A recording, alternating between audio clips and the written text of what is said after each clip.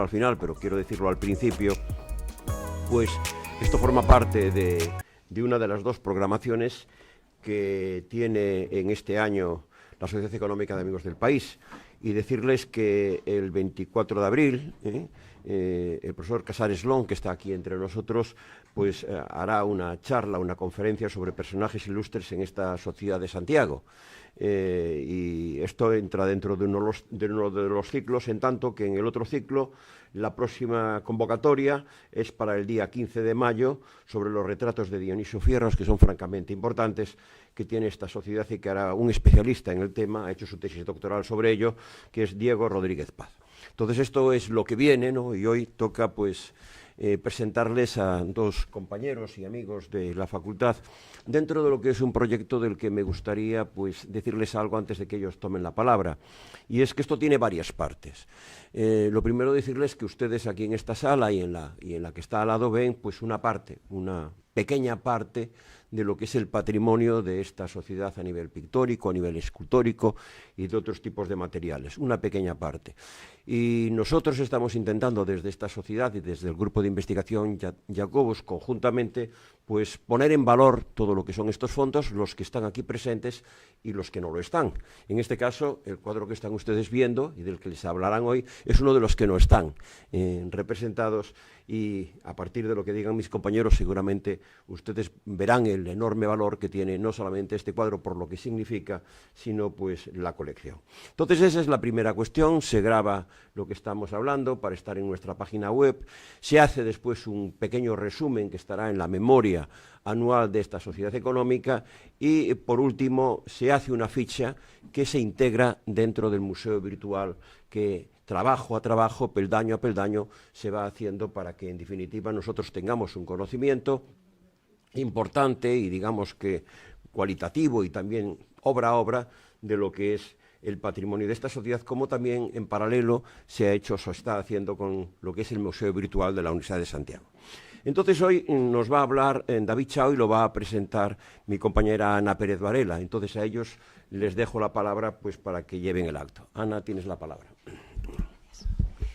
Bueno, buenas tardes a todos. Me gustaría empezar antes de nada agradeciendo pues, al profesor José Manuel García Iglesias, a la Real Sociedad Económica, por contar conmigo para presentar hoy al profesor David Chao, ¿no? Al conferenciante de hoy.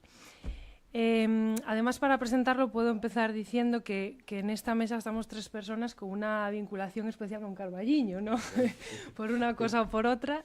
Mi padre era de Carballiño, el profesor José Manuel García Iglesias, si no me equivoco, su mujer, ¿no? Buen conocedor de esa tierra, y el profesor David Chao pues es natural de Carballiño, que era lo que iba a empezar diciendo para presentarlo, ¿no?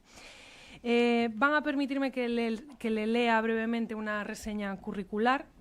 Estoy segura de que la mayoría de ustedes lo conocen, pero para que quede contextualizada su ponencia, el profesor David Chao se licenció en Geografía e Historia por la Universidad de Santiago de Compostela en 1997, universidad en la que se doctoró en Historia del Arte en el año 2005 con la tesis Iconografía Regia en la Castilla de los Trastámara bajo la dirección del catedrático Manuel Núñez. Desde el año 2001 es profesor del Departamento de Historia del Arte de esta universidad, compaginando la docencia en la antigua licenciatura, el grado actual, diversos másters y cursos de especialización. Aparte de su labor docente, como investigador ha realizado estancias de investigación en el extranjero, en centros de Madrid, Burdeos, París o Lisboa, y sus investigaciones han dado como fruto numerosas publicaciones y contribuciones científicas. Por ejemplo, es autor de numerosos capítulos de libro, artículos de revistas acerca de la historia del arte medieval, tanto del ámbito gallego como en el ámbito castellano y peninsular, y realmente es muy complicado escoger de la larga lista algunos de los títulos señeros. Simplemente voy a mencionar algunos de los que he apuntado para que sobre todo vean la variedad de temas, ¿no?, a la que se ha enfrentado, la variedad de temas que ha tocado el profesor David Chao dentro de ese ámbito de especialización. Es autor, por ejemplo, de La peregrinación como acto de devoción, La imagen del otro en el arte hispanoluso hacia 1500, Relaciones galaico-portuguesas en la escultura tardogótica, Aproximación a la iconografía de poder de los reyes Trastámara en Castilla, Escultura funeraria caballeresca en el siglo XV, la encrucijada de las confluencias artísticas en el noroeste peninsular en el siglo X, o temas como la marginalidad en el arte hispano-luso de fines del medievo, la concreción litúrgica en el santuario apostólico medieval, prelados y capitulares como referentes para el corpus ceremonial, ritual y festivo, la orden franciscana en la muerte, consideraciones artísticas en torno a la Galicia bajo medieval, patronazgo artístico región femenino, la Virgen de Tobed y el protagonismo legitimador de doña Juana Manuel de Villena, y este lo he apuntado que me interesa especialmente, el relicario de Santiago Alfeo y la orfebrería gótica en Santiago, ¿no? Como pueden comprobar con esta selección, entre otros muchos títulos, vemos que sus líneas de investigación se centran especialmente en la historia del arte y la cultura de la Edad Media, la iconografía regia y caballeresca bajo medieval, la arquitectura románica y gótica y la realidad material de la peregrinación en la Edad Media. Además de estas contribuciones que les acabo de mencionar, debemos añadir numerosas ponencias y conferencias en foros nacionales e internacionales, y también me gustaría destacar que ha sido investigador en 6 proyectos nacionales, en uno de ellos como investigador principal, y ha formado parte de varios equipos de las memorias histórico-artísticas para la rehabilitación y restauración de diversos conjuntos monumentales, destacando recientemente los relativos a la restauración de la Catedral de Santiago entre 2017 y 2022. Asimismo, ha realizado durante 10 años labores de crítica artística para la revista Descubrir el Arte, que todos ustedes conocen, y ha comisariado o cocomisariado exposiciones como, por ejemplo, Avance dunha continxencia, Arquitectura contemporánea en Galicia, unha exposición en el CEGAC de 2007, o ha sido coordinador de Galicia Castrexa Romana y Galicia Románica y Gótica, ambas dentro del proyecto expositivo Galicia Terra Única, comisariado por, aquí presente, profesor José Manuel García Iglesias, ¿no? Como ven, los temas son de lo más variado. Para muestra también se añade la conferencia de hoy, en la que nos vamos al siglo XIX, ¿no? Así como variados pues son los enfoques metodológicos con los que se ha acercado a estos temas, ¿no? Finalmente, me gustaría aludir pues, a lo que considero más importante, ¿no? Que es su calidad humana. Yo creo que todos los que conocemos al profesor David Chao, los que bueno, pues hemos tenido la suerte de ser sus alumnos o hemos sido sus compañeros, sabemos de su amabilidad, de su compañerismo, de su disposición siempre para ayudar, además con una sonrisa y un buen humor que yo creo que todos sabemos que le caracteriza. Y creo que eso es algo que avala el hecho de que yo personalmente, cuando me encuentro con alguien que ha estudiado Historia del Arte o que ha estudiado el máster de estudios medievales, el máster de patrimonio, bueno, cualquier estudio un poco en el que el profesor David Chao haya estado implicado, es uno de esos nombres que por los que siempre me preguntan, ¿no? Cuando digo que trabajo en la Facultad de Geografía e Historia o que estudio Historia del Arte y quieren recordar a algún profesor con cariño, pues siempre me preguntan, ¡ay, qué tal está David Chao!, ¿no? Entonces yo creo que eso, al final, son las cosas que hablan bien de uno, ¿no? No solamente el que hayas marcado a la gente a nivel académico, sino también pues, que te recuerden con ese cariño de haberles ayudado, que al final pues, es lo más importante y lo que la gente se lleva, ¿no? Y bueno, no quiero robarles más el tiempo de la conferencia, así que ya doy paso. Como acabo de decir, este tema viene a reforzar esa heterogeneidad y su capacidad para tocar distintos palos y adaptarse a la investigación que exija el momento, ¿no? Y en este caso nos va a hablar de Juan José Viñas, un santiagués ejemplar del siglo XIX a partir de este retrato de la sociedad económica.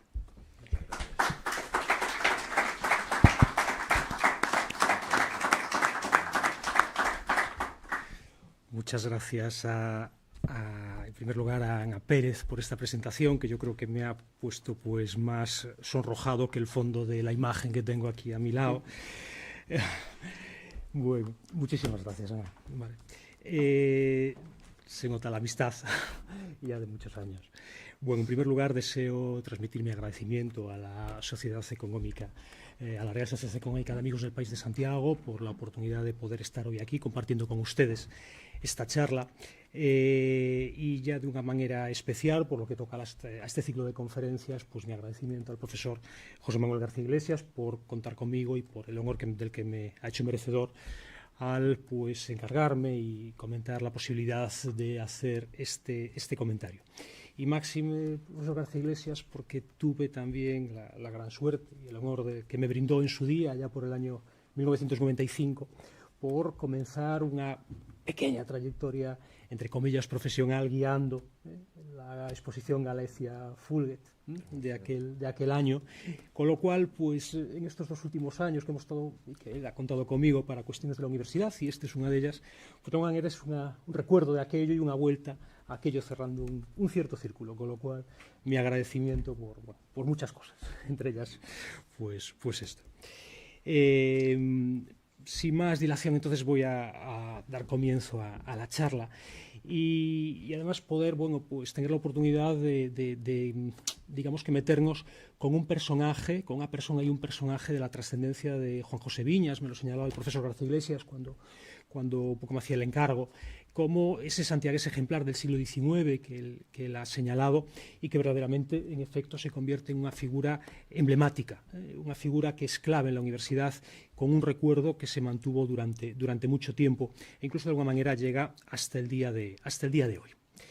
El punto de partida para un poco tratar este personaje es precisamente el retrato que tenemos ahí, que tenemos a nuestro lado, ese retrato que pertenece a esta Real Sociedad, una pieza que es anónima, no tenemos el nombre del pintor, la pintora que lo realiza, pues suponemos que a finales del siglo XIX, como ha señalado el profesor García Iglesias en su día, como ha señalado también, como ha apuntado los profesores Fernández Castiñeiras y Monterroso Montero, y que, bueno, pues constituye parte de lo que es esta galería de directores y de algún vicedirector, incluso de algún secretario, que se conserva en esta Real Sociedad y a la que luego volveremos. Teniendo entonces como justificación este retrato, nos parecía lógico, pues, abundar un poco en la figura y bueno, pues volver al retrato en la última parte de esta pequeña charla. Una charla que va a tener 4 partes. La primera nos vamos a dedicar a investigar sobre la persona y el personaje, el burócrata, el político y el académico. Luego ya los mandatos como rector de la universidad, 4 mandatos más o menos consecutivos entre 1843 y 1868. Su función como director de la Real Sociedad entre 1858 y 1860, y ahí planteamos una duda que luego comentaremos. Y luego ya en última instancia, pues, el propio retrato del que fue director Juan José Viñas. Bien, comenzando por esta primera parte, pues nos acercamos al personaje teniendo en cuenta ya en primer lugar el segundo apellido, que a veces que nunca aparece porque es un apellido complejo. Juan José Viñas Valdubieco, aunque hay algunos que hablan de Valdivieso, Valduvieso incluso, pero parece que según consta, por ejemplo, en el archivo del Senado, pues sería Valdubieco y en otra documentación. Nacería en Santiago pues el 26 de marzo de 1811. Y vivió 70 años. Murió, ya les avanzo, en 1881. Era un hombre procedente de una buena familia y estudió leyes aquí en Santiago. Nos dicen las crónicas que era un brillante estudiante, continuando sus estudios en la Facultad de Cánones, donde obtuvo el bachillerato en el año 1832. Pero en vez de quedarse en Santiago, decide trasladarse, esto es muy importante, a Madrid, quizás buscando pues un futuro que en Santiago no vería del todo claro. Y en Madrid, gracias a un gallego que era el ministro Moscoso de Altamira, pues este Moscoso de Altamira lo logra incluir dentro del Consejo Real como oficial en el año 1835. Pero recordemos que el siglo XIX es un siglo convulso, de mucha revolución, muchos problemas políticos, etc. Y esos problemas, bueno, pues en un momento determinado surgen en 1837 y en ese momento él decide volverse para Santiago buscando una cierta tranquilidad y salir un poco de la efervescencia del Madrid de ese momento. En Santiago va a recibir cargos y en esos cargos está el subsecretario de Décimos, en primer lugar, ya en el año 1837, y luego ya en el año 1841 pasa a ser miembro de la Comisión Superior de Examen de la Junta Superior de Desamortización. Por lo tanto, ocupa cargos burocráticos que resultan, bueno, pues le permiten pues disponer de una serie de beneficios. Pero no podemos dejar aquí al burócrata sin tener en cuenta sobre todo un perfil político muy claro que está presente en Juan José Viñas. Un Juan José Viñas que desde el primer momento, desde muy jovencito, va a ser claramente proclive al partido moderado.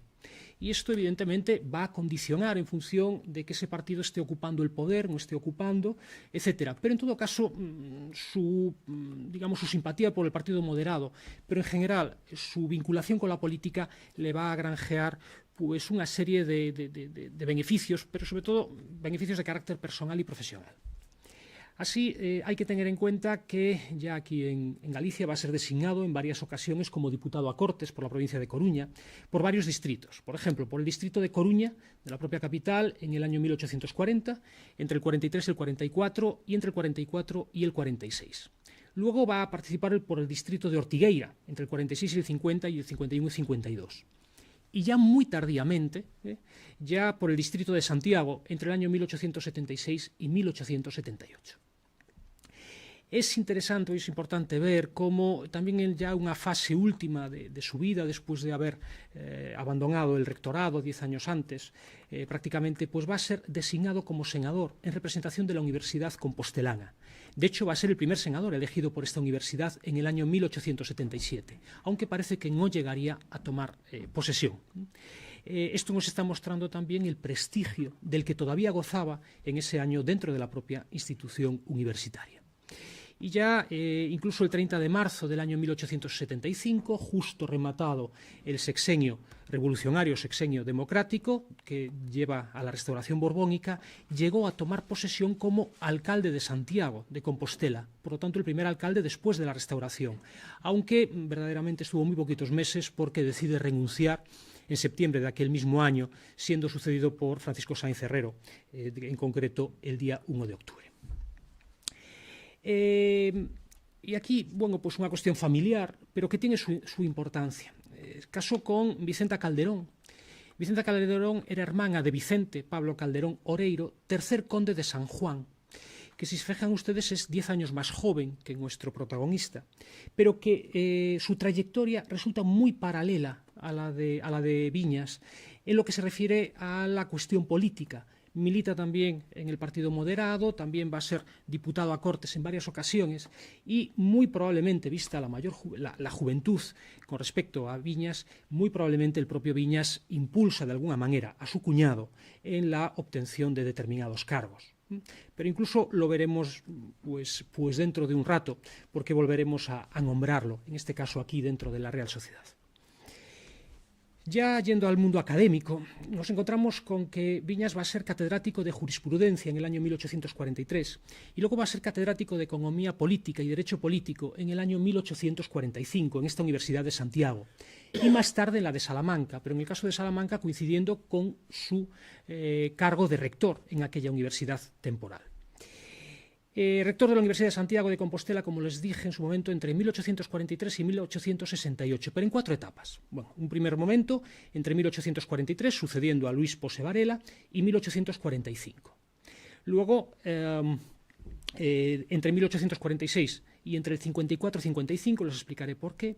Luego entre el 56 y el 65, y ya la última etapa entre el 66 y el 68. Por lo tanto, vemos que pues ocupó el cargo durante un largo periodo, aun cuando no fuera continuo. Juan José Viñas, rector en 1843. Y ven ustedes ahí 3 puntos suspensivos, y les explico por qué. Porque es un rector un poco atípico, en tanto en cuanto desde el año 1832 era una persona totalmente ajena a la Universidad de Santiago. Estaba en Madrid, como recordará. Luego se volvió para aquí. Fue diputado por Coruña en el Parlamento de Madrid. Y el 3 de octubre de 1843, mediante una real orden, el gobierno le concede a Juan José Viñas una cátedra en la Facultad de Leyes. Estaba en Madrid, con lo cual una cátedra directamente, sin oposición, sin concurso, nada. El 27 de octubre, por lo tanto a finales de mes, el equipo rectoral propone que Juan José Viñas se haga cargo de una cátedra de jurisprudencia en la Facultad de Leyes. A buen seguro que el claustro ha recibido ya instrucciones desde Madrid para que esto se pueda llevar a cabo. El 9 de noviembre de 1843, por lo tanto, a pocos días después, el claustro tiene conocimiento de la Real Orden del nombramiento ya como rector de la Universidad de Santiago de Compostela. Es decir, es nombrado rector desde Madrid por el gobierno. Bueno. Y el 24 de abril, fíjense que ha pasado ya varios meses, de 1844, es cuando Juan José Viñas toma posesión como rector de la universidad. ¿Por qué tanto tiempo? No lo sabemos. Pide permiso al gobierno para poder incorporarse más tarde, al cargo de rector, porque en ese momento está en Madrid, está en el Parlamento y probablemente tiene que resolver todavía cuestiones de índole política antes de volverse para Santiago y ocupar el cargo que le ha sido otorgado por él directamente desde el gobierno madrileño. Así, en el primer mandato, donde toma posesión, insisto, el 24 de abril, pues es importante tener en cuenta algunos aspectos. En su momento apuntó el profesor García Iglesias un escrito que contó con una Junta de Hacienda, en la que en 1844 figuraban Manuel Colmeiro, Varela de Montes y Antonio Casares. Por lo tanto, muestra la preocupación por la gestión de la universidad desde un primer momento. El 29 de septiembre del 45, el Gobierno, por Real Orden, le concede a Juan José Viñas una cátedra de Economía Política y Derecho Político en la Universidad de Santiago de Compostela, por lo tanto, pasando de la que tenía de jurisprudencia a esta nueva cátedra. El 14 de octubre de 1845 renuncia al cargo de rector. Algo sucede, no sabemos lo que, probablemente algún encargo que le hacen en Madrid, porque el Gobierno, desde allí, desde la capital, encarga al gobernador de la provincia que nombrase un rector interino, es decir, que no se nombre un rector al uso, sino interino, probablemente con la idea de que se le guarde el cargo a la espera de que pueda regresar Viñas desde Madrid. Y en efecto, así se produce en ese segundo mandato. El 2 de abril de 1846, al año siguiente, el Gobierno vuelve a nombrar a Viñas rector de la universidad. El 15 de mayo toma posesión como rector. Va a ser un periodo ya bastante más largo, entre 1846 y el 54, de 8, 9 años o 55. Y así, por ejemplo, esto le da tiempo a que en 1852 pues, reciba como rector, por ejemplo, a los duques de Montpensier. Aquí tenemos un grabado que recoge pues, esa presencia de los duques de Montpensier en Santiago, a punto de entrar en la catedral. El 8 de agosto del 54 cesa como rector. ¿Y por qué cesa? Porque es suprimido el oficio de rector de la universidad por orden de la Junta de Gobierno de Santiago, una Junta de Gobierno constituida a partir de un golpe de Estado, el golpe de Estado que dio pie a ese bienio progresista. Y va a ser nombrado en su lugar Domingo Cortés como rector por esa Junta de Gobierno de Santiago. Se entendía que pues Viñas, que había sido nombrado por el Gobierno de Madrid, pues no debía ya de cesar. Pero, sin embargo, fíjense, es el 8 de agosto cuando la Junta de Gobierno de Santiago lo cesa, pero verdaderamente el Gobierno no lo cesa, que es el responsable, hasta casi un año más tarde, hasta el 8 de mayo de 1855, y es cesado por Real Decreto, ese nuevo Gobierno fruto de ese bienio. El rector interino va a ser nombrado Celestino Martínez del Río en su lugar. Tenemos, por lo tanto, aquí pues ese segundo mandato. Pero tenemos después un tercer mandato. Y así al año siguiente, en 1856, Viñas es nombrado de nuevo rector, probablemente a instancias del ministro de Fomento don Claudio Moyano y Samaniego. Y aquí ya entramos con alguien muy importante, el responsable de la famosa Ley Moyano de Educación, con el cual tuvo un vínculo muy estrecho, como luego comentaremos. El 10 de septiembre del 58, en este tercer mandato, que es ya el más largo de todos, 1856 a 1865, 9 años, pues va a ser el rector que haya de recibir el día 9 de septiembre, o el 10 de septiembre, a la reina Isabel II y a la familia real en la universidad, en esa visita oficial que realizan a Santiago durante 3 días a lo largo de este mes de septiembre del 58. Y ya, de nuevo, el 11 de septiembre del 65, el Gobierno, mediante Real Orden, nombra a Juan José Viñas rector de la Universidad de Salamanca, siendo todavía rector de Santiago. Lo que se busca es intercambiar el cargo con el rector de Salamanca, que se vino a su vez para Santiago, que era Simón Martín Sanz. Se cree que había quizás algún problema en Salamanca, por el cual se le indicó a Viñas que se hiciese ese cambio para solventarlo, y una vez solventado, al año siguiente, pues vuelve para aquí. Me olvidaba de mostrar esa imagen famosa del arco triunfal de recepción de la reina Isabel II en Santiago, ese arco efímero. Y así Juan José Viñas va a ser rector de la Universidad de Salamanca entre 1865 y agosto de 1865.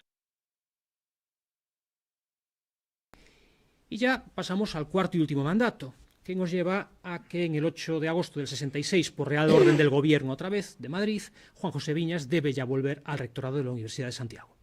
El 28 de agosto toma posesión del que va a ser ya su último mandato como rector de la universidad. Y así, el 6 de octubre ya del 68, la Junta Revolucionaria de Santiago, constituida a instancias de la Revolución de Septiembre, que da pie al sexenio democrático, sexenio revolucionario, por el cual además se expulsa a la reina, pues acuerda cesar a Juan José Viñas como rector. Se somete a votación su sustituto, siendo elegido José Montero Ríos, y entra ya la dinastía de los Montero Ríos en la universidad, de quien en ese momento era médico catedrático de medicina en la universidad.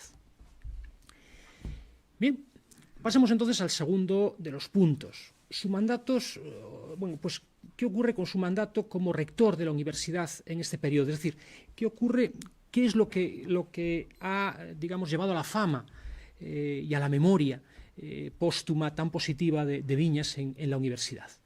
Pues aun cuando, y esto lo señalamos al final, aun cuando digamos que su condición de rector, bien impuesto desde Madrid, etcétera, él, sin embargo, supo responder perfectamente a los problemas y a las necesidades. Y se demostró como una persona, como un rector especialmente válido a la hora de solventar muchos aspectos. Lo veremos ahora.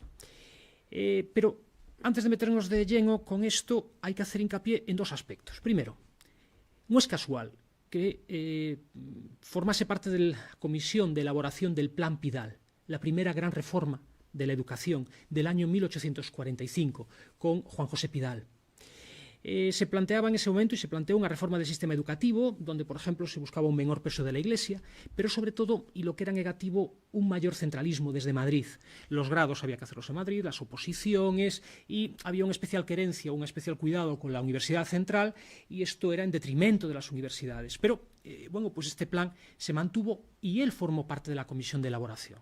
Y eso explica después ciertos aspectos posteriores que, bueno, le permitió llevar a cabo reformas y, sobre todo, dotaciones de la propia universidad. Pero lo que es también muy importante es que en el año 1854 Juan José Viñas publica el informe que acerca de la reforma del plan y reglamento de estudios ha elevado al gobierno de su majestad en cumplimiento de la Real Orden del 4 de octubre de 1853 el doctor don Juan José Viñas, catedrático y decano que ha sido de la Facultad de Filosofía y actual rector de la Universidad Literaria de Santiago, en el año 54. Y este informe, muy importante, es coincidente en muchos puntos con la futura Ley Moyano de Instrucción Pública que saldrá 3 años después, en el año 57. Por lo tanto, vemos aquí el vínculo que le va a unir a Moyano, gracias de alguna manera, a este informe que lo pone en la misma línea. Podemos prestar atención a algunos de los estudios de la universidad en estos momentos y qué pasaba con ellos. Bueno, empezando por farmacia, por ejemplo, vamos únicamente a mencionar 3. Los estudios de farmacia habían sido suprimidos en esta universidad en el año 1821, en todas las universidades. Y con ello, por lo tanto, el Colegio de San Carlos se suprime también entonces. El Colegio de San Carlos de Farmacia llegó a estar ubicado en la Casa de la Inquisición, en lo que hoy es la Plaza de Galicia, lo que hoy es el solar que ocupa el Hotel de Compostela, justamente. Alumnos y profesores solicitan su continuidad, la continuidad de los estudios, pero en balde. E incluso, y esto es muy importante para esta casa, se intenta impartir estos estudios de farmacia fuera de la universidad, impulsados por la propia Real Sociedad Económica de Amigos del País. Pero, sin embargo, no fue posible en ese momento. Pero llega el año 1857, ya con Viñas, y se recuperan los estudios de farmacia en la universidad, gracias a la Ley Moyano. Por lo tanto, hay que pensar también de nuevo en un prestigio de Viñas que logra esto. La Facultad de Farmacia fue creada entonces, trasladada a Fonseca, como sucesora de ese antiguo colegio de San Carlos. ¿Y qué pasa con química y física? Que tenemos aquí al profesor Casares y otros profesores. Pues es una cátedra específica de química que existía en Santiago, pon ahí desde 1911, disculpe, desde 1811. En 1815 es integrada la cátedra y el laboratorio en el Colegio de Farmacia de San Carlos. Se le hace depender de San Carlos. Pero al ser suprimidos los estudios de farmacia en el 21, el laboratorio de química es integrado en la cátedra de física y química. Por lo tanto, se hace una cátedra conjunta. Y hacia 1843, cuando Viñas toma posesión del rectorado, la cátedra de química es dotada y asignada a la Facultad de Ciencias de la Universidad. Vuelve a ser independizada. Y ya desde antes, Antonio Casares Rodríguez era el catedrático de Física y Química y va a continuar siéndolo. Por lo tanto, ya es uno de los primeros logros, sin lugar a dudas, de Viñas, que es dotarla y, de nuevo, darle una autonomía. En el caso de medicina, en 1798 tuvo lugar la creación en Santiago de la Cátedra de Medicina Práctica. Hubo unas mejoras paulatinas de dotación y en 1843, cuando Viñas toma posesión, la universidad entonces ya disponía de un gabinete de anatomía descriptiva. Pero ¿qué ocurre? Justo al año siguiente, en el 44, en un oficio, se hace patente la necesidad urgente que tenía la universidad de un anfiteatro para disecciones anatómicas. Con la llegada de Viñas, en primer lugar, se produce un asentamiento de las cátedras de medicina. Pero lo que es más importante, entre 1845 y 46, los estudios de medicina en Santiago van a ser elevados a la categoría de facultad de medicina de primera clase en el reino. Con lo cual, un impulso también para la medicina, merced a las labores y a los desvelos de Viñas. Viñas publica una breve recensión de la Universidad de Santiago en 1857, donde nos muestra un conocimiento histórico además de la universidad. Por lo tanto, vemos una persona que se preocupa de también conocer su historia y toda su evolución, ¿no? Y eso es algo también destacado. Y ya como rector, y teniendo en cuenta los precedentes que acabamos de comentar, en primer lugar hay que mencionar que creó y dotó nuevos gabinetes para física, para historia natural, para disecciones anatómicas.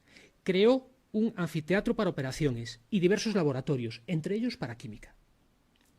Así, en mayo del 44, Viñas ya le plantea al claustro la elaboración de propuestas para poder atender a esas necesidades urgentes de instrumental, de material para los laboratorios experimentales, de física, de química, material e instrumental para disecciones, para todo lo que tiene que ver con la enseñanza de anatomía. Esa fue una de sus grandes preocupaciones. Y consigue del gobierno en ese mismo año el permiso, y lo que es más importante, una asignación presupuestaria extraordinaria para dotar los laboratorios de química, de física, convenientemente, y también para ese gabinete de anatomía y disecciones. Y lo que creo que es francamente interesante, o a mí me lo parece muy sugerente, es como este hombre, en abril de 1845, hace las maletas temporalmente y se va a París de compras. Y se va a comprar un buen número de aparatos instrumentales de física, de química, de medicina, para lo cual aprovecha los sobrantes del presupuesto, el remanente, al descontar los gastos ordinarios. Nos dice la documentación que los gastos ascendieron a 600 reales y se enumeran las piezas en un catálogo elaborado en 1845. De este viaje, el propio Viñas da cuenta, varios años después, en el anuario de la universidad, del 56 y 57, diciendo todo lo que ha adquirido. Ya en ese mismo año y al siguiente, pues se preocupa de la construcción del anfiteatro para las disecciones anatómicas y sobre todo de crear salas claras y espaciosas para esa finalidad. Todo esto en consonancia, insisto, con la elevación de los estudios de medicina de Santiago a esa categoría de facultad de primera. El rápido crecimiento va a precisar de que algunas disciplinas tuvieran que ser trasladadas a Fonseca y ya en 1847 fue necesario construir otro anfiteatro, en este caso de operaciones, directamente en el propio hospital clínico, lo que era el Hospital Real. Bueno, perdón, me olvidaba esa imagen de París, precisamente de 1845. Esto es lo que vio Viñas pues, cuando estuvo ahí comprando todo ese material. Material que conservamos en parte en los museos, en los fondos de la universidad, los riquísimos fondos de nuestra Universidad de Santiago. Evidentemente no sabemos si esto los adquirió Viñas en París o si fue alguna de las adquisiciones anteriores o posteriores, pero en todo caso tendría que ser posteriores porque todos ellos han sido datados hacia 1846, ¿vale? Tenemos la procedencia, tenemos el fabricante, etcétera, y por lo tanto seguramente que de ese momento. Y así también, ya en el 46, el 20 de marzo, por real orden se aprueba también un presupuesto de adquisición de nuevos aparatos necesarios para los gabinetes. En octubre, el propio Ministerio, a sabiendas de la necesidad que tenía Santiago, pero todas las universidades del reino, comisiona a Antonio Gil de Zárate para que también acuda a París con la finalidad de comprar instrumental científico que necesitan todas las universidades del reino. De todas estas adquisiciones, más de 1000 piezas fueron enviadas a Santiago, desde Madrid, desde París. En el año 1846 se hace un inventario de la Cátedra de Anatomía General y Topográfica que recoge muchos de estos objetos, de estos instrumentos, de estas piezas. Por lo tanto, tenemos un conocimiento. Pero no es suficiente y en los años siguientes el funcionamiento de los laboratorios, el funcionamiento constante, precisa de más material. Viñas pide nuevas partidas de material al Ministerio, insistiendo, gestionando esto de manera óptima, y esto va a permitir la llegada de nuevo instrumental. Así, los inventarios de la universidad del 52 y del 57 dan cuenta de todo este instrumental. Los protagonistas de todo ello, Casares y Viñas, un tándem, ¿vale?, que es un tándem que también está vinculado con la propia Real Sociedad, porque los dos también están aquí. Y esto es importante. En el 52 tenemos un catálogo de todos estos instrumentos que lo recoge, firmado por Antonio Casares y José María Lastres, y en el 57, en ese anuario, también aparece todo esto. Pero lo que es importante, en el anuario del 56-57 ya se cita la existencia de un museo anatómico, con piezas que conforman ya, por lo tanto, esa idea de expositor y de acceso más fácil a todo ese instrumental, a piezas, a objetos, a materiales diversos, etc. Y solo al año siguiente, ya en el 58, el museo anatómico ya tiene que ser ampliado por la cantidad de piezas. Viñas seguirá reclamando más piezas instrumental que el gobierno poco a poco le seguirá enviando. Esa relación de antes con Madrid, que también le viene a Viñas para continuar pudiendo dotar a su universidad. Son fotos más recientes, bueno, pues algunas de ellas ya del siglo XX, pero que un poco nos dan pie a pensar en que más o menos aquellos gabinetes, etcétera, pudieran ser algo similar a cuando estuvo el Laboratorio de Química Orgánica de la Facultad de Farmacia en Fonseca, o cuando estuvo el Museo de Historia Natural en la actual Facultad de Geografía e Historia antes de la Reforma. Esta fotografía de abajo creo que es de hacia 1906 aproximadamente. Bien. ¿Qué más hizo Viñas en la universidad? Y aquí ya muy brevemente. Impulsó la creación y desarrollo del Jardín Botánico, en la antigua huerta del Colegio de Fonseca. Y durante varios años, como fue varios sus mandatos, empezó ya en el propio 43-44 y continuó en los años siguientes. Parece ser, hay una noticia que nos dice que en 1848 estaba en construcción un observatorio meteorológico. Es una noticia muy imprecisa, pero lo señala una crónica de 1848, citada también por el profesor García Iglesias. Desde el punto de vista de la biblioteca, se preocupó muchísimo de adquirir un gran número de volúmenes, sobre todo de ciencias naturales y de anatomía, para aumentar la dotación de la biblioteca. De hecho, se cree que más o menos la aumenta en unos 1000 volúmenes, que para la época es una cifra muy importante. Y en este caso también tenemos que pensar en su testamento, porque deja también su biblioteca, su propia biblioteca, también muy cuantiosa, a la propia Universidad de Santiago. Parte de todos estos logros como rector, en las primeras fases, se los pudo mostrar a Isabel II, en esa visita oficial que hace la reina en compañía de la familia real, del resto de la familia real, el 9 de septiembre del 58. Le mostró entonces en la facultad, lo que hoy es la Facultad de Geografía e Historia, entonces la Universidad Central de Santiago, el edificio principal, los gabinetes de física, de zoología y la biblioteca. Y nos dice las crónicas, además con una publicación hecha al año siguiente, que la reina quedó pues muy admirada de todo lo que veía y bueno, pues dándole la enhorabuena al buen rector. Ahí tenemos un retrato, el que tenemos en nuestra facultad en estos momentos, de Francisco Valle, de hacia 1852, por lo tanto, 6 años antes de la visita de la propia reina. Y bueno, pues cómo era la facultad en ese momento. Recuerden que sin el piso superior, que fue añadido gracias a que Eugenio Montero Ríos ayudó a sufragar los costes del nuevo piso, que se hace a principios del siglo XX. Y ahí tienen el acta regia publicada en el año 59, que recoge toda esa visita de la reina a la Universidad de Santiago pormenorizadamente en este escrito.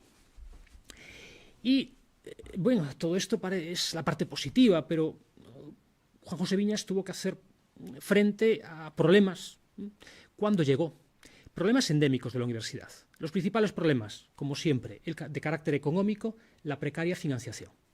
Santiago contaba con unos buenos edificios, contaba con una buena biblioteca, pero tenía problemas de mantenimiento. ¿Cómo se mantenía? Bueno, pues a partir de unas tasas de matrícula, a partir pues del pago de los alumnos por la toma de grados, sea bachiller, licenciado, doctor, etc. Pero, por ejemplo, los profesores estaban muy mal remunerados. Y el gobierno, pues sobre todo, le prestaba atención en esos momentos, y como algo habitual, a la Universidad Central de Madrid, dejando las universidades que estaban en Madrid pues un poco de lado. Es más, Viñas toma posesión en el 43, pero 8 años antes, en el 35, se había intentado incluso rebajar la categoría a la Universidad de Santiago. Este es el panorama que se encuentra Viñas cuando llega a Santiago y al que tiene que hacer frente. Pero también Viñas, hay que reconocer que tuvo problemas al final de su mandato. En 1867, supresión de determinadas facultades por orden gubernamental. Teología, cánones, medicina, ciencias, filosofía, todo ello para recortar el gasto público. Todo ello, bueno, pues, en fin, no se solventó de inmediato. Bueno, hubo, por supuesto, protestas inmediatas desde Santiago, en primer lugar por parte del vecindario. Ahí está la exposición elevada a su majestad por el vecindario de Santiago con motivo del nuevo plan de enseñanza. Pero sobre todo es muy importante el informe de nuevo de esta Real Sociedad, en esa exposición elevada a su majestad por la Sociedad Económica de Amigos del País, pidiendo el restablecimiento de las facultades suprimidas en esta universidad. En ambos textos se exponen las graves consecuencias que esta medida de supresión va a ocasionar y sobre todo los inconvenientes para los estudiantes de Galicia. Y así también, lógicamente, se hace hincapié en la constante fidelidad de Galicia hacia su monarca y hacia la contribución de los gastos del Estado desde siempre. Esto es un malestar más que se suma a otros muchos en el reino y que dará pie al año siguiente, en el 68, a la Revolución de Septiembre y, por lo tanto, lo que decíamos, a ese sexenio revolucionario o sexenio democrático que se inicia con la expulsión de Isabel II. Y, por lo tanto, se produce ya una serie de cambios que pues van a condicionar y la llegada de la Junta Revolucionaria, la imposición de la Junta Revolucionaria de Santiago, que va a ser, recuerden, la que cese definitivamente a Viñas de su cargo. Ahí está esa exposición, el texto de esta Real Sociedad elevada a su majestad.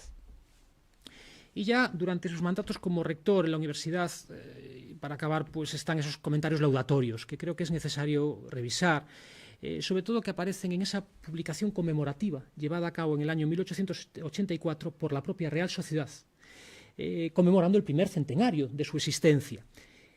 Por lo tanto, 3 años después de la muerte de Viñas, en el 81. Y decía en este texto en varias ocasiones, dice, con él, con Viñas, la universidad tiene contraída eterna deuda de gratitud. Hizo en bien de la enseñanza los mayores sacrificios, al tiempo que era inflexible en cuanto a la disciplina escolar.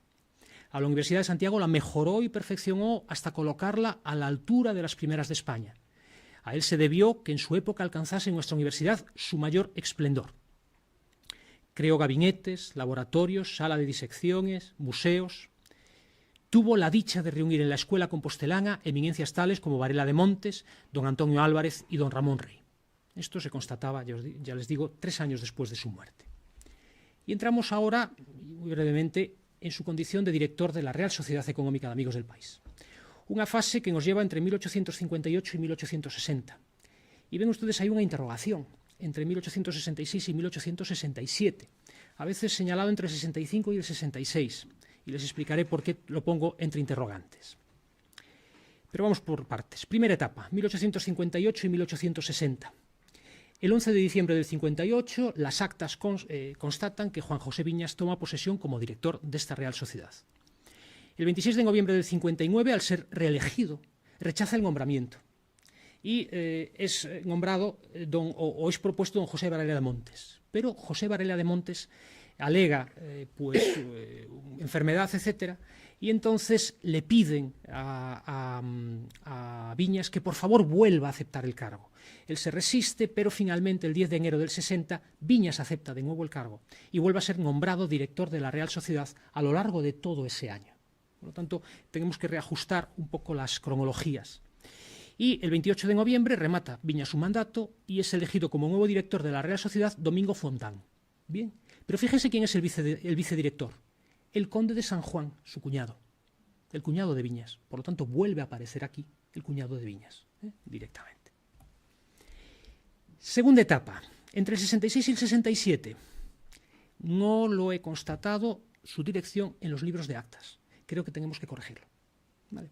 Porque he revisado las actas y no aparece Viñas. Es más, no aparece ni firmando la presencia en ese momento. Y tenemos que tener en cuenta que en ese año es precisamente el curso en el que él está en Salamanca. Entonces, en algún momento la bibliografía puede poner 65-66, pero también he revisado 65-66 y no aparece como director de la Real Sociedad. Por lo tanto, esta cuestión que yo creo que se retrotrae a una bibliografía o una historiografía muy antigua, yo creo que hasta incluso del 19, José Manuel, tú que tienes muy buena memoria, pues por algún motivo a finales del 19 pensaron que había ocupado un segundo mandato en ese momento y no es así. Lo ocupa inmediatamente y quizás viene el error de ahí, de que en el 60 ocupa ese segundo mandato a petición de sus colegas y entonces está un año más de lo que le correspondería, todo el año 60. ¿Vale? Como director de la Real Sociedad en esos 2 años, verdaderamente, pues el 25 de junio de 1858, todavía él no es director de la Real Sociedad, será, insisto, en diciembre, pero está ahí la inauguración de la primera exposición industrial en Galicia. Responden al espíritu industrial de nuestro siglo hacer público alarde de los primores y maravillas que atesora la civilización contemporánea.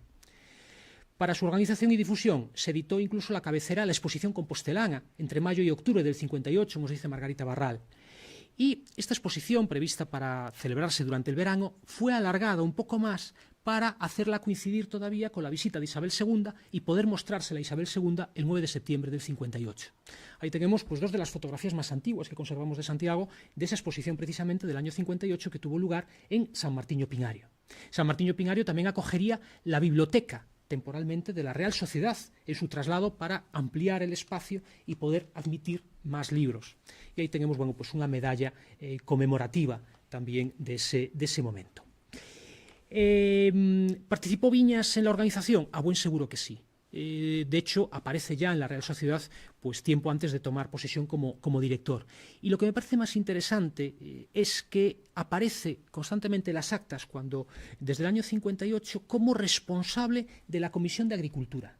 Y la agricultura tiene importancia también en esta exposición. Por lo tanto, hay que ver quizás ahí un vínculo y su participación activa en esta exposición. Desde la propia Real Sociedad consideraban que la exposición industrial había servido de germen para las posteriores que se celebraron en Lugo y en Pontevedra y, por supuesto, también para la posterior que se celebró en Santiago en el año 1875, que se inauguró el 20 de julio de aquel año, y también otro preámbulo para lo que luego será el certamen de artes y oficios del año 1881. Y el 11 de diciembre del 58, Juan José Viñas. ¿Cuáles son los grandes logros de ese periodo? En primer lugar, el ferrocarril. El 18 de julio del 59, el socio de esta Real Sociedad, José Sánchez Villamarín, presentaba un proyecto a la Real Sociedad. Un proyecto que fue calificado fuera de aquí como utópico. Construcción de un ferrocarril entre Santiago y el puerto de Pontecesures. Estupefacción y asombro produjo fuera de la ilustre corporación, nos dicen las crónicas, sobre todo porque estaba en proyecto ya la construcción de la vía férrea del Noroeste. Pero frente a ello, la Real Sociedad otorgó su patrocinio al proyecto del señor Villamarín y hubo de someter el estudio del mismo a una comisión de discretos e ilustrados socios. En el acta de ese día, del 18 de julio, en efecto, tan pronto José Sánchez Villamarín presenta su proyecto, automáticamente la Real Sociedad, comenzando por el propio Viñas, dice que se va a crear una comisión para empezar la gestión. Con lo cual muestra el apoyo decidido de inmediato a este proyecto. Ahí hay unos antecedentes sobre el ferrocarril, como fue la primera línea férrea que se inaugura en el 48 entre Barcelona y Mataró, la segunda entre Madrid y Aranjuez, el famoso tren de la Fresa, y luego ya en el 52 la orden del Ministerio de Fomento que busca pues, fomentar el ferrocarril en Galicia, y en el 55 la aprobación de la Ley General de Ferrocarriles. Estamos en el 59, todo ello evidentemente está en relación con todos estos precedentes. En el 60 pues ya se crea la Junta Ferroviaria en Santiago. Y en esa Junta Ferroviaria va a participar la Real Sociedad Económica y va a participar el propio Ayuntamiento de Santiago.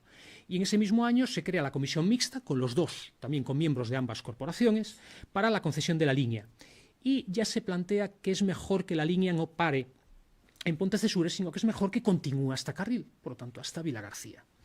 Y así, en el 61, concesión ya por ley, de la línea a Domingo Fontán, Inocencio Vilar de Bo, los responsables por la Real Sociedad, y Joaquín Caballero. Y como constructor se escogió al inglés Mr. John Stephenson. En el 62 el alcalde de Santiago publica ya un bando donde da pie a reconocer el inicio de las obras en Carril, pero el problema es que entre el 66 y el 71, como siempre por problemas económicos, pero también políticos. Y fue decisivo en el 71 pues un préstamo inglés y sobre todo el apoyo de Eugenio Montero Ríos, de nuevo entra con toda su fuerza como ministro de Gracia y Justicia para que se reanuden las obras. Eso permite que el 15 de septiembre de 1873 se inaugure la línea Cornes-Carril, definitivamente. Otro de los problemas, y digo en este caso un problema, a los que tuvo que hacer frente Viñas como director fue el de la Escuela de Dibujo. La Escuela de Dibujo siempre creó problemas diversos, arrastraba desde hace tiempo esos problemas, sobre todo en lo que se refiere a su estructura, su organización interna y la propia financiación de la escuela, siendo uno de los aspectos más cuidados y que más interesó y más importó a la Real Sociedad, como quedó de manifiesto en diversas charlas aquí impartidas, pero era siempre pues motivo de preocupación. Y así el 7 de octubre de 59 se aprueba un nuevo proyecto presentado por una comisión para la reforma de la enseñanza de la Escuela de Dibujo, y añadiendo, por ejemplo, nuevas asignaturas. Son nombrados Juan José Cancela como director, lo había sido ya tiempo atrás y en varias ocasiones, de la Escuela de Dibujo, y Juan San Martín como profesor segundo. Por lo tanto, parece que durante un tiempo la escuela queda perfectamente atendida, ¿vale? Durante su mandato. En tercer lugar, la publicación de la revista Económica. El 11 de noviembre de 59 la sociedad vio con el mayor gusto el primer número de la revista Económica, quedando muy satisfecha de todo cuanto tiene relación con dicho periódico. Pide la redacción más dinero por los gastos a mayores y la Económica lo aprueba. Se acordó que en esta revista se pusiese un extracto además de las sesiones de la sociedad para hacerlas públicas, ¿vale? Por lo tanto, por ese interés. Y ya entre el 59 y el 64 la Real Sociedad publica sistemáticamente esta revista Económica. En el 64 se suspende y se vuelve a recuperar en una segunda época desde el 82. La importancia de la biblioteca, traslado de la biblioteca a una sala más capaz en el año 59 en San Martín Pinario y probable dotación con más libros, vistas las preocupaciones de Viñas. ¿Qué más? La Real Sociedad promovió el Congreso Agrícola del 64. Ya evidentemente Viñas no era director, al que acudió lo más granado del país gallego para tratar de los foros y demás cargas que afectan a su suelo y otras cuestiones no menos importantes. Este Congreso Agrícola podrá estar en relación con un dato documental que nos dice una publicación por parte de Viñas de un informe sobre foros. En el año de 1881 acabó su vida, nos dice el texto, dejando imperecedera memoria en su notabilísimo informe sobre foros. Pero lo podemos también poner en relación con esa comisión que les comentaba antes de tomar posesión como director de la Real Sociedad, esa comisión encargada de cuestiones de agricultura y que probablemente uno de estos informes pues fue elaborado por él. Recuerden o tengan en cuenta que esta Real Sociedad elaboraba informes a petición propia o a petición externa sobre determinados aspectos. Y por último entramos ya directamente con el retrato de Juan José Viñas. Según Cotarelo Valledor, en La Chispa Mágica, que publica en el año 1923, esa novela, ese texto, esos ensayos, esas efemérides compostelanas, se hace eco de que Juan José Viñas, según lo que ha oído, evidentemente, estamos en 1923, ha pasado muchas décadas desde su muerte, pero en Santiago, según lo que él ha oído, pues Viñas era un señor de muy baja estatura, orlado por una barba blanca, ojos muy vivos, inquieto y constantemente en movimiento. No sé si esto nos lo traduce el retrato que tenemos aquí. Los ojos quizás sí, lo otro evidentemente esa inquietud no la podemos apreciar en este anónimo. Ante nosotros tenemos un retrato donde quiero hacer hincapié en algunos aspectos muy genéricos. En primer lugar, ese artista anónimo que lo realizaría probablemente hacia finales del siglo XIX, ven que utiliza sistemáticamente el fondo negro. Y sobre ese fondo negro hace resaltar el rostro de Viñas. Al mismo tiempo, también, casi fusionándolo con el fondo negro, aparece su propio traje, esa levita, aun cuando destaca el contraste del blanco de la camisa y el negro de ese lazo, de esa corbata. Evidentemente, se le presta una especial atención a la medalla, que lo reconoce como miembro de la Real Sociedad Económica de Amigos del País de Santiago. Y lo que quiero también hacer hincapié es, en primer lugar, en que el artista de alguna manera se esfuerza por mostrar un retrato vivificado. ¿Cómo lo hace? A partir de esas pinceladas tonales que ven ustedes en el rostro y que de alguna manera matizan lumínicamente los rasgos del rostro. Es la manera de vivificarlo, ¿no? Fíjense en la barba, cómo está tratada, y hay un rasgo característico que es que algunos de los vellos de la barba pues están por encima de la camisa y el pintor lo representa tal cual, ¿vale? A su vez, esas luces, esas sombras, pero sobre todo esa manera de vivificar el rostro, aun cuando aparece hasta cierto punto pues un tanto congelado. Cuando uno coge el retrato de Narciso Cepedano, vemos unos paralelismos en esto que le estoy comentando. Fíjense de nuevo esos vellos de la barba, como también están por encima de la camisa. Fíjense otra vez esos tonos cromáticos que afectan al rostro, que intenta también vivificarlo exactamente igual, la propia postura cuando esté mirando hacia el otro lado, y quizás el mayor cambio sea los ojos, buscando pues una mayor afinidad, evidentemente en este caso con el personaje. Pero vuelvan a observar el fondo igualmente oscuro, el tratamiento del cabello también parecido, etcétera. Creo que ambos deben de proceder de la misma mano, y por lo tanto estarían en la misma cronología. Hay alguno más que nos ofrece dudas, pero estos dos, pues dados como anónimos, porque no figura nada de ellos y en estos momentos es imposible de saber su autoría, espero que podamos llegar a identificarlos en algún momento, pues creo que podemos señalarlos como procedentes, insisto, de esa misma mano. Pero tenemos más retratos de Viñas. Y claro, cuando fue rector en la Universidad de Salamanca, entre el 65 y el 66, 20 años después, también se hace un retrato de él, por parte de Gerardo Meléndez Cornejo, para conformar la galería de retratos de los rectores de la Universidad de Salamanca, que en ese momento se está pues gestionando, algo que era habitual. Se lo pongo uno al lado del otro para que vean ustedes el paralelismo, excesivamente parecidos ambos, sobre todo en lo que tiene que ver con el rostro. Ahí lo ven ustedes, ahí en grande. Y fíjense cuando nos acercamos al retrato de la universidad, también hacia el año 1891, según ha indicado el profesor García Iglesias en relación con el retrato de Casares, quiero recordar, que sería de esa época y por lo tanto por la misma mano, por Juan Mateos, 30 años después de su muerte, y pues que plantea, fíjense ustedes, un retrato muy parecido. Estaríamos, digamos, que haciendo hincapié en la misma edad, prácticamente, de uno y de otro, con sus características propias.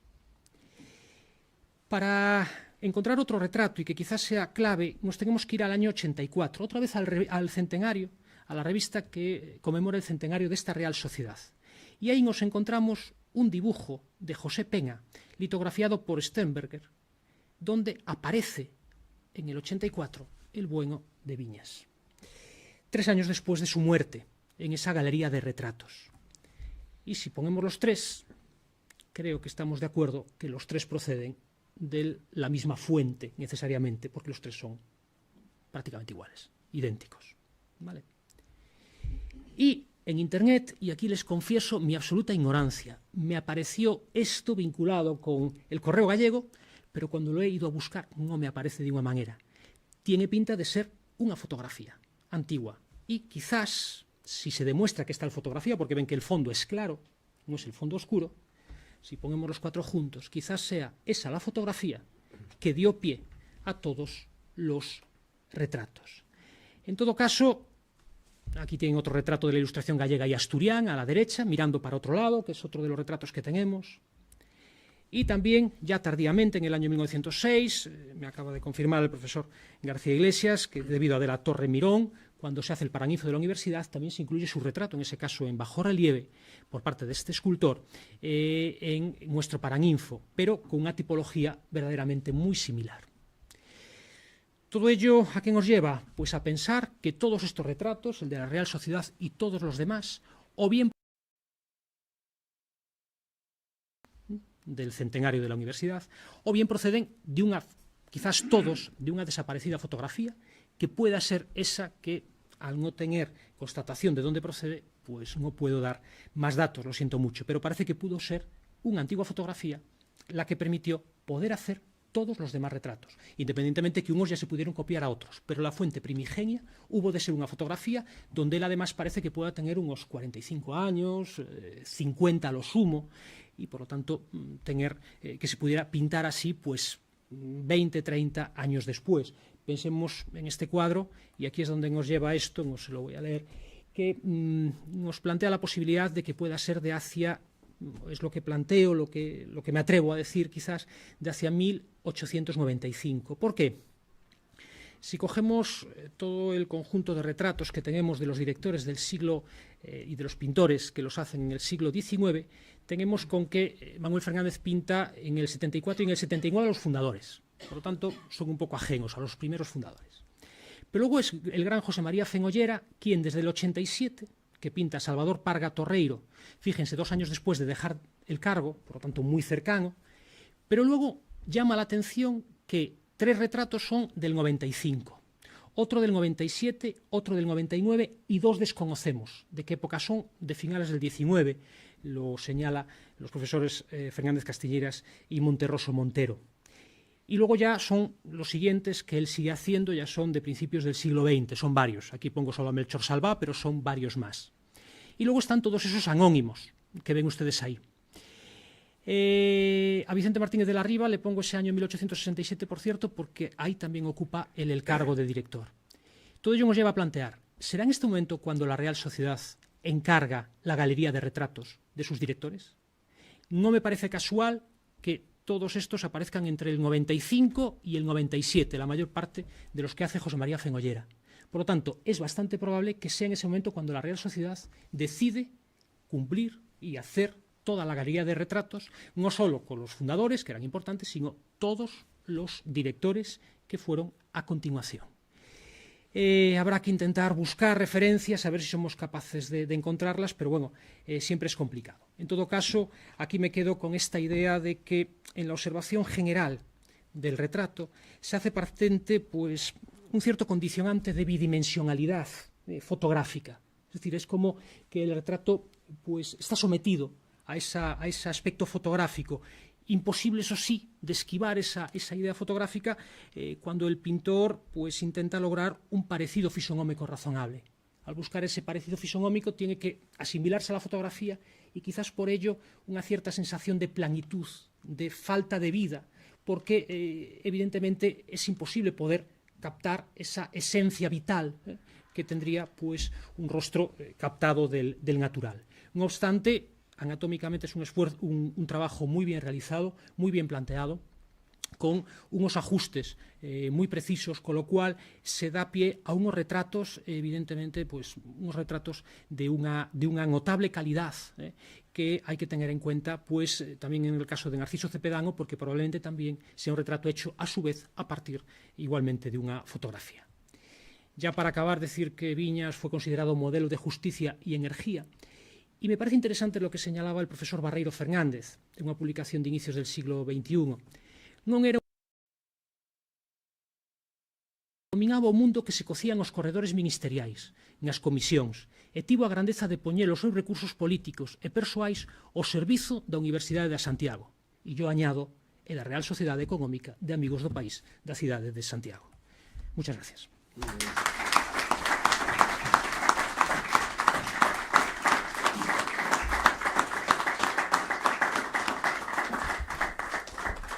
Pues muchas gracias por tan brillante conferencia, porque la verdad siempre es un atraco pedirle a una persona que se dedica básicamente al mundo medieval que se adentre y con tanto magisterio en el siglo XIX.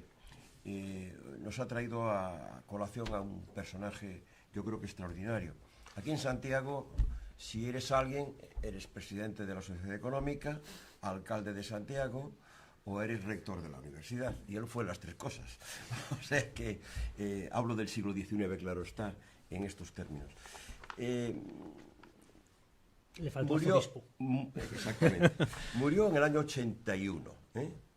Y este libro, esta guía de Santiago, se publica en el año 85. Es decir, es la de 2 catedráticos de la universidad, Fernández Sánchez y Freire Barreiro. Y nos habla de cómo era la sociedad económica que nos dejó Casares, ¿no? Y que nos dejó también, por supuesto, que está ahí, y que nos dejó también Viñas, ¿no? Fueron 2 brillantes presidentes de nuestra sociedad, como todos los que están aquí y todos los que están en el almacén, porque seguimos reivindicando, lo hace el presidente de nuestra sociedad cada vez que tenemos este tipo de reuniones, lugares en donde acumular patrimonio. algo tan elemental que se hizo en el siglo XIX creando los museos, pues en el siglo XXI no somos capaces de tener lugares adecuados para que, por ejemplo, la mitad de esta colección pues no esté bien guardada, porque está embalada. Este cuadro fue desembalado para esta reunión y esto, hasta cierto punto, desde un punto de vista cultural, valga la redundancia, no deja de ser un cierto escándalo, ¿no? Pero bueno, así son las cosas, ¿no? No les voy a leer porque son 2 páginas y media y le vamos a pedir a nuestros compañeros de la sociedad que se publiquen estas 2 páginas y media de este libro, de cómo era la sociedad económica en aquel momento. Estaba en aquel momento en Sita, en el monasterio de San Martín Pinario, y ocupaba la parte del ala oeste, es decir, la parte esta institución. Bueno, decirles que de todo lo que dijo mi buen amigo y compañero Viñas, hay una cuestión que no se ha dicho y que yo creo que es muy importante. No se ha dicho porque en principio parece que es una cuestión menor y a mí no me lo parece. Y es que él fue quien decidió dónde iba a estar la normal, la escuela normal. Cuando estaba ya vacío San Jerónimo, quien toma la decisión de que allí esté la escuela normal es Viñas. Y allí estuvo hasta el 75, hasta que se hizo rectorado. Es decir, él era un hombre muy ocupado en la formación de nuestros maestros, de nuestras maestras, y les buscó un lugar tan, digamos que tan privilegiado como ese, pues para que fuesen formados.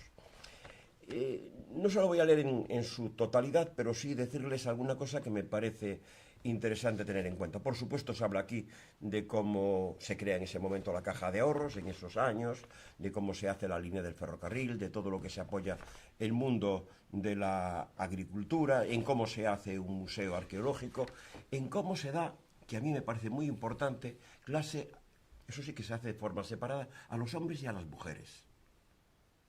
La única formación femenina que hay en Santiago en el siglo XIX y en los primeros años del XX es la formación que otorga la Sociedad Económica de Amigos del País.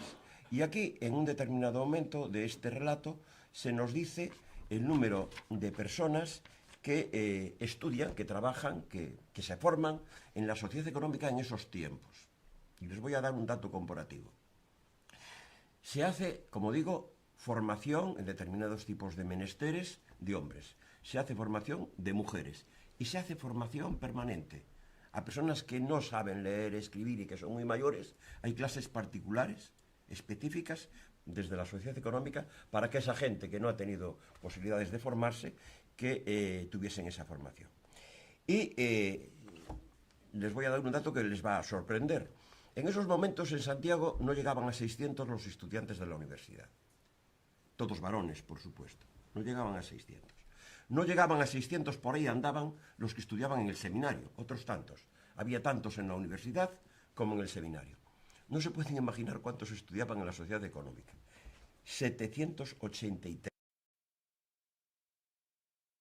estudios en la época en que Viñas y todos estos que estamos estudiando llevaban esta institución, el mayor número de personas y las más necesitadas, es decir, las mujeres y aquellas personas mayores que no habían tenido acceso a los estudios, tuvieron que ver con esta sociedad económica.